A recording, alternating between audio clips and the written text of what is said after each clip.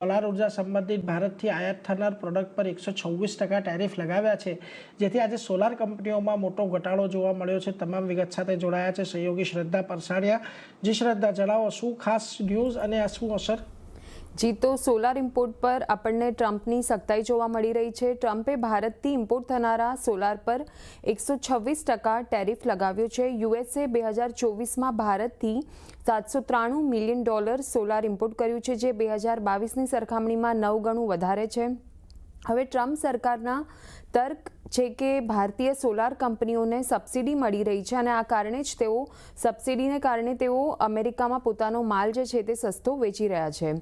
વધારે ટેરિફથી યુએસ માર્કેટમાં પ્રોડક્ટ્સ વેચવાનું મોંઘું બનશે અને H1 FY25માં 57% સોલાર મોડ્યુલ યુએસમાં ઇમ્પોર્ટ થયું છે. ભારત તેમજ ઇન્ડોનેશિયા અને લાઓસથી પણ સોલાર મોડ્યુલ ઇમ્પોર્ટ થયું છે યુએસમાં. હવે ટેરિફ વધારવા પર વારી એનર્જીઝનું કહેવું છે કે અમેરિકા હજુ પણ કંપની માટે મોટું માર્કેટ બની રહેશે. લોકલ સ્તર પર પણ તેઓ ઉત્પાદન વધારવા પર ફોકસ રહેશે કંપનીનું અને અમેરિકામાં રોકાણ વધારવા પર પણ કંપનીનું ફોકસ છે. હવે ભારતીય સોલાર કંપનીઓનું એક્સપોર્ટ એક્સપોઝરની વાત કરીએ તો વારી એનર્જીસની વાત કરીએ. સૌથી પહેલાં તો કંપનીનું જે સ્થાનિક એક્સપોઝર છે તે 71.4% છે. એક્સપોર્ટ જે છે તે 28.6% છે. પ્રીમિયમ એનર્જીસની વાત કરીએ તો જે સ્થાનિક એક્સપોઝર છે 100% છે. એક્સપોર્ટ એક્સપોઝર્સ બિલકુલ નથી. વિક્રમ સોલારની વાત કરીએ તો સ્થાનિક એક્સપોઝર 84% અને એક્સપોર્ટ એક્સપોઝર છે 16%. તો આ રીતે ઓવરઓલ જે રીતના આજે આપણને સવારથી સમાચાર આવતા જોયા, ત્યારબાદ આ બધા જ સ્ટોક એનર્જી રિલેટેડ જે સ્ટોક્સ છે એ બધા આપણને એક મોટા ઘટાડા સાથે કારોબાર કરતા જોવા મળ્યા છે. જી આભાર શ્રદ્ધા, અમારી સાથે જોડાઈને સમગ્ર વિગત આપવા માટે. તો જુઓ, વારી, પ્રીમિયર, વિક્રમ સોલાર, અહીંયા તો ઘટાડો આવતો જોવા મળ્યો છે. આશ્ચર્યની વાત એ છે કે પ્રીમિયર એનર્જીઝ એવું કાઉન્ટર છે કે જેનું એક્સપોર્ટ રિલેટેડ એટલું મોટું એક્સપોઝર નથી, છતાં પણ આજે તમને અહીંયા ઘટાડો જોવા મળી રહ્યો છે. એ જે એટલે એના પર પણ એક ખાસ ધ્યાન આપવાનું. પરંતુ વારી એનર્જીઝ 10% જેટલું કાઉન્ટર આજના દિવસે નીચે છે. આમ તો હવે અત્યારે આટલો મોટો ઘટાડો આવી ગયો એટલે વિરાટજી, આમાં તો વધારે આપણે બહુ ચેષ્ટા ન કરવી જોઈએ, પરંતુ એક વોલ્યુમ સાથેનો એક મોટો ઘટાડો છે.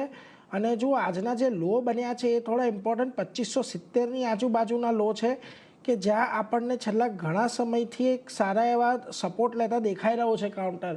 કઈ રીતે વારી એનર્જીસ પર અહીંયાથી ધ્યાન રાખવું, અથવા તો આ સિવાય જો તમને વિક્રમ કે પ્રીમિયર પર પણ કોઈ રણનીતિ બની રહી હોય તો એ આપ જણાવી શકો છો. સો સ્પેસિફિકલી વારીની પહેલા વાત કરીએ તો વારી કાલના સેશનમાં આપણે જોયું હતું કે એક પુશ આપણને આવતું જોવા મળ્યું હતું, જે આપણને બધી જ એક્સપોનેન્શિયલ મૂવિંગ એવરેજીસને ક્રોસ કરીને શોર્ટ ટર્મથી લઈને લોંગ ટર્મને ક્રોસ કરીને એની ઉપર આપણને ક્લોઝ આવતું જોવા મળ્યું. નિયરલી 3.4%ની આસપાસનું આપણને એલિવેશન આવતું જોવા મળ્યું હતું. આજના દિવસમાં ગેપડાઉન ઓપન થયું. ગેપડાઉન ઓપન થયા બાદ એક સારું સેલિંગ આપણને અહીંયાથી આવતું જોવા મળ્યું. 2600ના લેવલ્સ પણ આપણને અહીંયાથી તૂટતા જોવા મળ્યા હતા. તો કંઈક ને કંઈક ઓવરઓલ જે સેન્ટિમેન્ટ્સ છે અહીંયાથી થોડાક બેરિશ બનતા જોવા મળી રહ્યા છે. પ્રોબેબલી નીચેની સાઈડ પર 2600 જે પહેલા પણ એક સારા સપોર્ટની જેમ કામ કરતો જોવા મળ્યો હતો, કદાચ અહીંયા પણ એક સારા સપોર્ટની જેમ કામ કરતો જોવા મળે. પરંતુ જો અગર 2600ની નીચે સ્લેપ થતો જોવા મળે છે તો કદાચ તમને ફરીથી 2400 સુધીના લેવલ્સ પણ અહીંયાથી આવતા જોવા મળી શકે છે.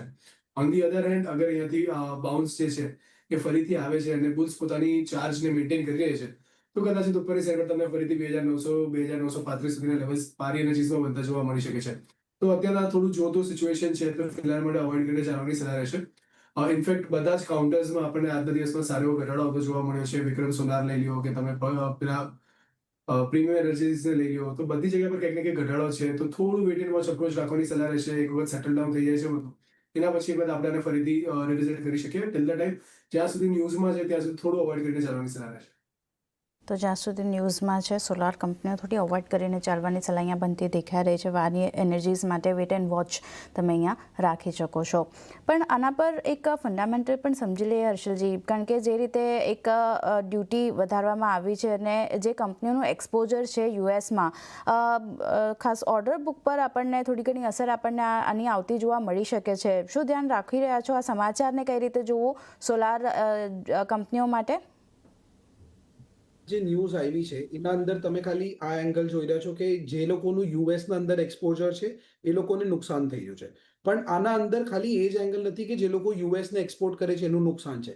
તમે પહેલા તો જ્યારે 125% ટેરિફ લગાડી દીધું યા ડ્યુટી લગાડી દીધી એના પછી ટેકનિકલી તો તમારી યુએસ માટે માર્કેટ ખતમ જ થઈ ગઈ. તો જે લોકોનું યુએસના ઉપર બહુ મોટું એક્સપોઝર હતું એ લોકોને તો સેલ કરવામાં પ્રોબ્લેમ આવવાની જ છે. પણ એના સાથે તમે અગર સમજશો તો ઇન્ડિયાએ બહુ વાસ્ટ કેપેસિટીઝ બનાવીને રાખી છે સોલાર્સ માટે.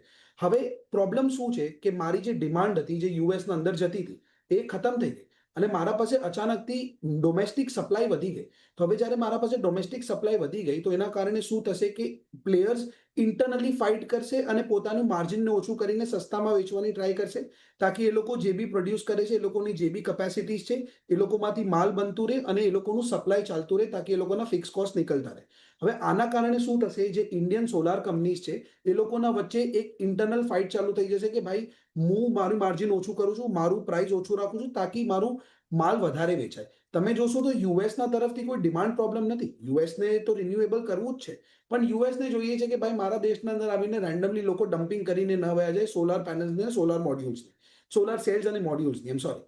તો ઓવરઓલ તમને આના અંદર હમણાં તો આ તમને શોર્ટ ટર્મ ઇફેક્ટ દેખાયો છે કે જે યુએસનો અંદર 125%નું ટેરિફ લાગી ગયું એના કારણે 10-10%નું, પણ આનું તમને રિપલ ઇફેક્ટ આગળના 3-4 ક્વાર્ટરમાં આવતું દેખાશે. કેવી રીતના? કેમ કે આ લોકો પોતાની માર્જિન ઓછી કરી નાખશે ને હવે અચાનકથી તમને આ લોકોના પ્રોફિટેબિલિટીમાં બી ડ્રોપ આવતું દેખાશે. તો ઓવરઓલ આના અંદર જે કંપનીઝનું વર્ટિકલ ઇન્ટિગ્રેશન સારું છે એ લોકો સસ્ટેન કરી શકશે. જે લોકોની બેલેન્સ શીટ સારી છે, જે લોકોના પીએનએલ્સ અને કેશ ફ્લો સારા છે એ લોકો આ પ્રાઇસ વોર સસ્ટેન કરી શકશે. બાકી જે લોકો બહુ યુએસના ઉપર એક્સપોઝ હતા અને બહુ ડિપેન્ડન્ટ હતા એ લોકોને થોડી ઘણી પ્રોબ્લેમ થશે કેમ કે ઇન્ડિયાની માર્કેટને કેપ્ચર કરવું is not going to be that easy. Also આના અંદર તમને એક કંપનીઝના અંદર એ ધ્યાન રાખવું પડશે કે હવે કઈ કંપનીઝ બીજા જોગ્રાફીઝના અંદર એક્સપ્લોર કરે છે જ્યારે એ લોકો યુએસના અંદર નથી વેચી શકતા. તો ઓવરઓલ અત્યારે તો એક રિપલ ઇફેક્ટ આવ્યો છે પણ આ ડિપના અંદર તમે બાય કરવાની ઘાઈ નહીં કરતા કેમ કે આગળના ક્વાર્ટર્સ જોવા બહુ ઇમ્પોર્ટન્ટ છે કે આ લોકોનું માર્જિન કેવી રીતના અફેક્ટ થાય છે.